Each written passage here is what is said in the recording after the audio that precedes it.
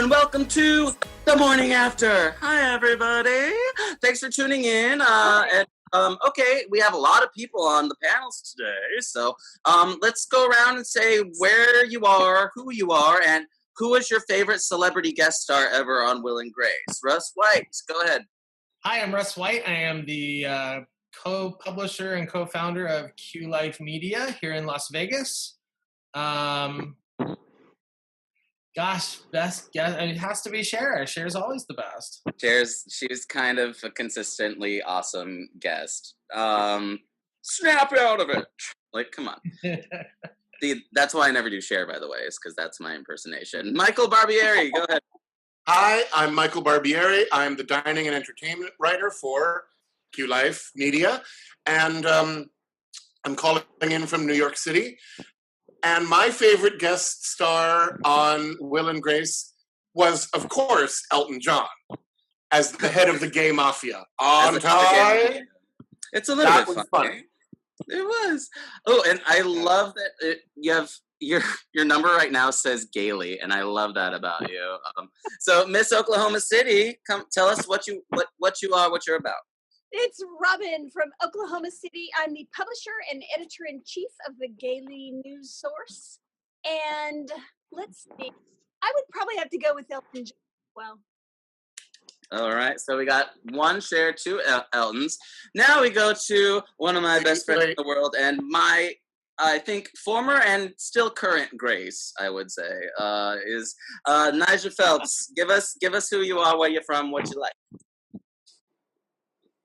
Hi, everyone. I'm Nyjah. I grew up in Arizona with Alex, but I live in Connecticut now, and I'm running for office for city council. Thank you. I think mine was Molly Shannon, because she kept challenging Grace with her relationship with Will, and I think it was really funny, and I also probably saw a little bit of myself in Grace as far as being challenged of who gets to be Will's Grace, because I always wanted to be Alex's Grace. So whenever there were any other women, I was like, I had my Molly Shannons, but you stayed my Grace. What was her name anyway? We'll go over that. Garrett. Hi, my name is Garrett. I am calling in from Las Vegas, Nevada. I am also the co-owner and publisher of Q Life Media.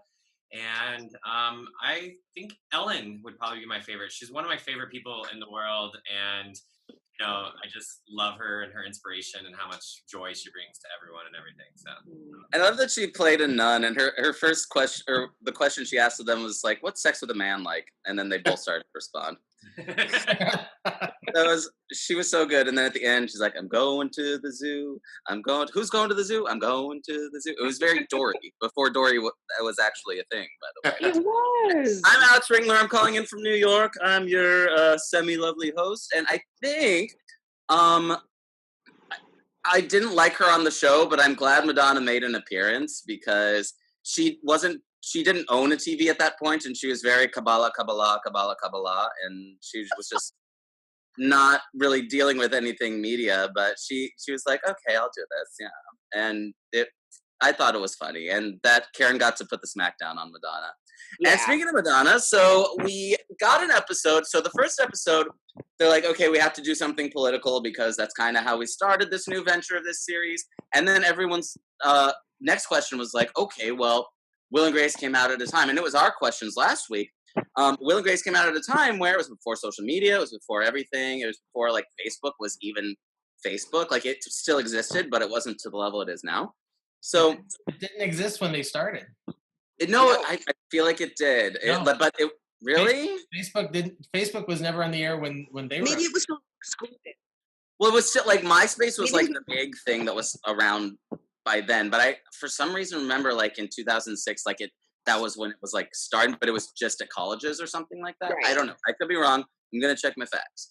But I feel like they were kind of in a position where they're like, okay, so we kind of have to comment on,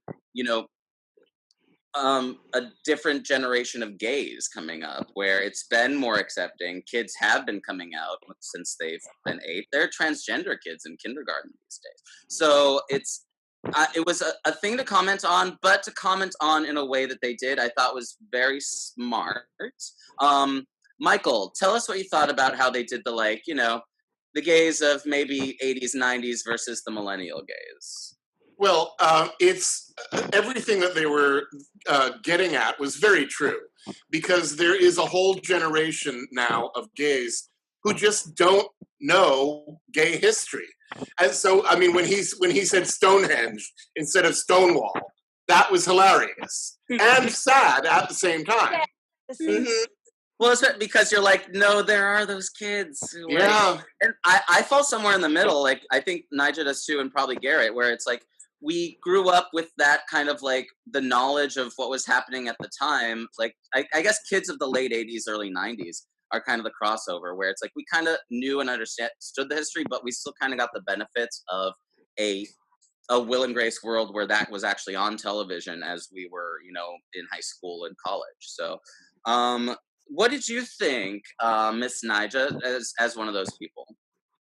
Well, a lot of times I feel like I get sort of caught in between when people talk about millennials, because I'm technically not a millennial, just barely not. And you might be too, or I'm not sure if you might be considered a millennial, but there's a lot of... That is not. I'm not a millennial. I mean, I'll take it. I'm not. But, yeah, I'll take it too, but I'm not. But there's a lot of things where people make fun of millennials, and I'm like, oh, part of that's not fair, and part of it, I'm like, yeah, that's exactly how you people are. So, there are definitely millennials. I mean, that's how it is. There are people who thought that about us, I'm sure. So, it's always sad when people don't know how that they have it so good because of the people who came before them. But I do think that millennials are more open to being taught, but you have to come at them like easy, like really nice. Like I totally identified. I was like, yep, some millennials are like that guy. He was kind of like a John Ralphio, but gay. John Ralphio from Parks and Rec. But I also, was like, I'm glad that Will wanted to teach him, because we need to do that so that he can, go forth and be better. It was a different way to gay it forward. It also made me laugh when Ben Platt said that he wasn't a history puff. Yeah. A history puff. I liked a lot of the dialogue that they had, but at the same time, some of it, when he said, "Oh, you cook, that's so Throwback Thursday," I was like, that sounded like a room of 40+ writers trying to be like, what do the kids say these days? So I was like, that was a very like I had to take another sip of my cocktail moment. But it I like the other thing. I kind of was like, are we gonna hook up or are you gonna give me a lecture? I kind of wish it cut to like a post-coital thing of them, and it's like, and now you're getting your lecture or something. Like, yeah, why can't you do both? Like, okay, go and have sex with the cute young thing, and then be like, but wait, grab that glass of wine over there because I want to talk to you about stuff. That's how I deal with my millennials, anyway. I would like that better. Also, okay, so I also think we got back to a classic Will and Grace episode where it was a little topical with the millennial thing, but it was also just lots of fun physical comedy. And I was like, with the Jack thing, with the shower thing, I was in heaven a little bit. It was a little much, I thought, but I was loving every second of it, especially like how Megan Mullally was so like just pliable in the tub. She was like a water ballerina. I was like, of course Karen's a water ballerina. Russ, so what did you like about that? I love the shower scene. It really was amazing, and I was reading some producer notes about this episode too. But it was really a tribute to I Love Lucy. Yes. Very much, and the directors were like, "Why didn't we think of putting them in water?" And the fact that they could make that work in a shower is hysterical. It really shows the physical comedy that Deborah Messing's capable of, and putting her and Megan together for that was just one of the greatest things I think we'll see in the season. Oh yeah. I felt like there was a lot more camaraderie, and I felt that old Will and Grace was back. The gang was back together more so than I did episode 1 for sure. And did anyone notice the subtle HRC in their window? I think Yes. you will see it in every episode, is my guess. Well, okay, but it used to be on the bookshelf. That's the other thing, is the set decoration is great, because there used to be a human rights campaign thing on Will's bookshelf where his TV was. And also, did anyone else notice when they were sitting on the couch, there was a picture of Debbie Reynolds and Oh. they holding each other like mother and daughter. And I was like, oh, I'm glad they put that in there, because No, I was actually looking to see if there was going to be a reference to that. That's really nice. there is. It's when they're on the couch towards the end. It's when Will and Jack are in there, and they're just sitting on the couch, and over his shoulder is that little like photograph in the background. And I was like, oh, that's really cute.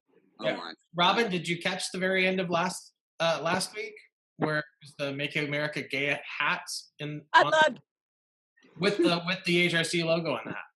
Yep. Because is HRC selling those? I feel like they were for a minute. Yeah. I got the text and the email and the Facebook. Oh, just like everybody. But the thing is, I'm a little afraid to wear it because it's a red hat with that lettering, and I feel like people will just come up and like punch me without actually reading it. Because I've seen those hats, having to fly through Arizona every once in a while, Nija. I see those hats every once in a while, and I'm like, oh. I live in Oklahoma. A lot of them. Do you see a lot of them in Oklahoma? Yeah. Oh, my goodness. Well, being in 1906 Oklahoma this summer in Connecticut, I also saw a few things like that. But okay, so we talked about we talked about like kind of the way they were talking millennial wise. One of my favorite cameos, speaking of like one of celebrity cameos, the maid that was kind of Rosario's, let's say, satellite, was played by, what was the name of the actress for us? You had the name of her. Ooh, Mary Pat. Mary Pat Gleason.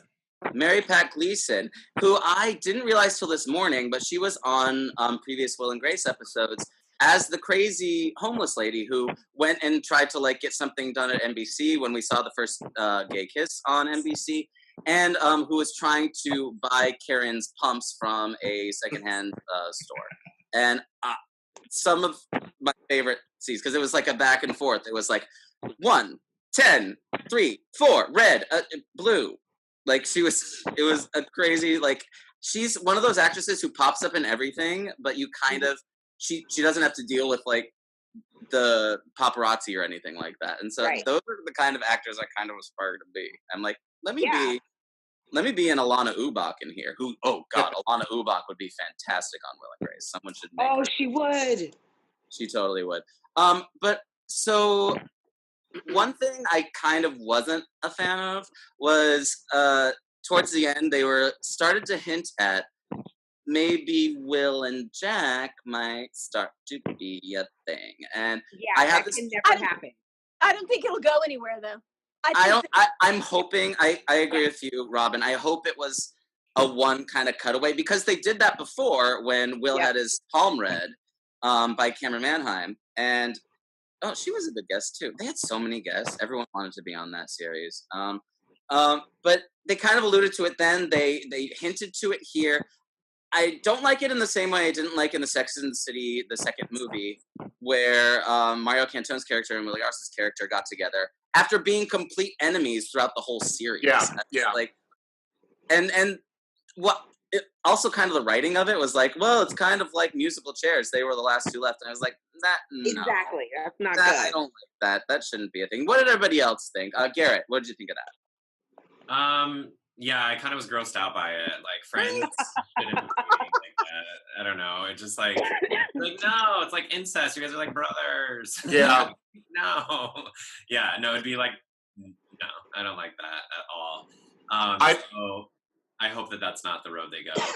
Because I did love Jack's scene where he was like at the bar and he was all stiff and like laying down the physical comedy again, though. That cracks me up. It's not very often that I laugh out loud, and I literally was like cracking up. I couldn't stop. I thought that was so funny. Yeah, I think they're much more back to their natural past characters this time, just like things like that. Oh, absolutely. Like, well, think about like even Will and Grace. Like, it came out in a time where like sitcoms, they weren't really doing much physical comedy, and they slowly started adding it in because they're like, we have these two ridiculous characters of Jack and Karen who can kind of do whatever we want them to. And so to put him in, also to mention that he's not aging as well as Will, I was like, thank you for putting that in. But because Will or Jack was always on Will's case about being fat, and so I'm like, I'm glad they kind of touched on that, and we're like, oh, now try to do all of this, and it was the most ridiculous things. Like, what did they call it? The Botox for the balls. Botox. Really? It is a thing. Scrotox is a real thing. Real thing. No, it's not. Oh my God. It is. Yeah, I got the press release for it. Well, they have re-vagination, whatever. You can rejuvenate your vagina, so why That's not? rejuvenation surgery. I've had it twice. It's pretty good. It is. I've had his twice too, and it's great. See?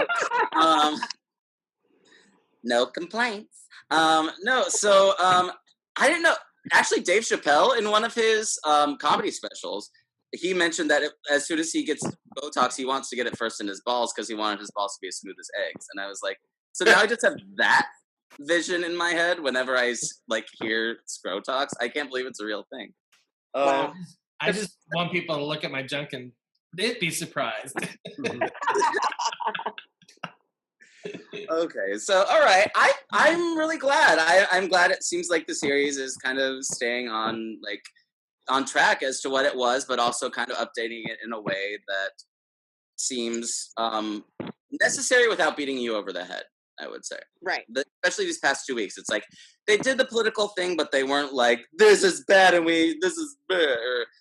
And they didn't talk about millennials in a way where they're like, this is terrible either. They're just like, maybe just educate them, you know? I like Will kind of came about it in like the way a dad does when, say, he grew up having to have a paper route from the time he was 6 or something, but now he's like a rich, guy, and he's like, should I force my son to get a job, or should I just kind of like let him enjoy the spoils of what he's enjoying? So, and there is a give and take. It's like, yeah, let the millennials kind of do their own thing, but if you don't know Stonehenge from Stonewall, maybe give them a talking to. Okay. Anything else anybody else wants to add? I liked the compromise of the nice kiss between Will and the millennial guy, the Ben Platt character, but then bringing the modern aspect of the selfie cam into it. I liked that. Yeah. It was sort of a nice compromise. Apparently that was played by his That best was friend in cute. real life who's on Broadway right now. Someone told me that, but I forgot her name. But shout out to you. Good job. Russ, you were saying? The selfie thing was really cute. I was like, that's a bit much. But also it was not just a peck either. That was like it wasn't an open mouth kiss by any means, but I was like, all right, you lingered for But a it minute. was a nice kiss. It wasn't just a peck. Right. Exactly. Yeah. All right. Well, anybody else? Nigel? Any other thoughts? I thought that, like you said, they're striking the right tone. They're really good at balancing. Like with the first episode, it was very, we want to touch on political, but it also got back to how Will and Grace love each other, but they'll lie to each other because their opinions of each other matter so much. That was very classic Will and Grace. And then like with this episode, they have the Grace being very good at the physical comedy. She's very much like a modern day, Lucille Ball. And then, but also, Will is always kind of the dad character. That's always kind of what I loved about him though. He like struggles with that because like, that's who you are and that's okay. Embrace that, so it was. Yeah, totally. So, I also, we didn't touch on in the cold open, Jack's drag name for Grace, which was Judy. Judyism. That was awesome. Isn't that a Judy Tenuta line also? Is it? I think it is. Judy Tenuta would always say, hi, I'm Judy Tenuta and I'm starting my own religion. It's called Judyism. That's funny. Maybe she's on the writing team. You never know.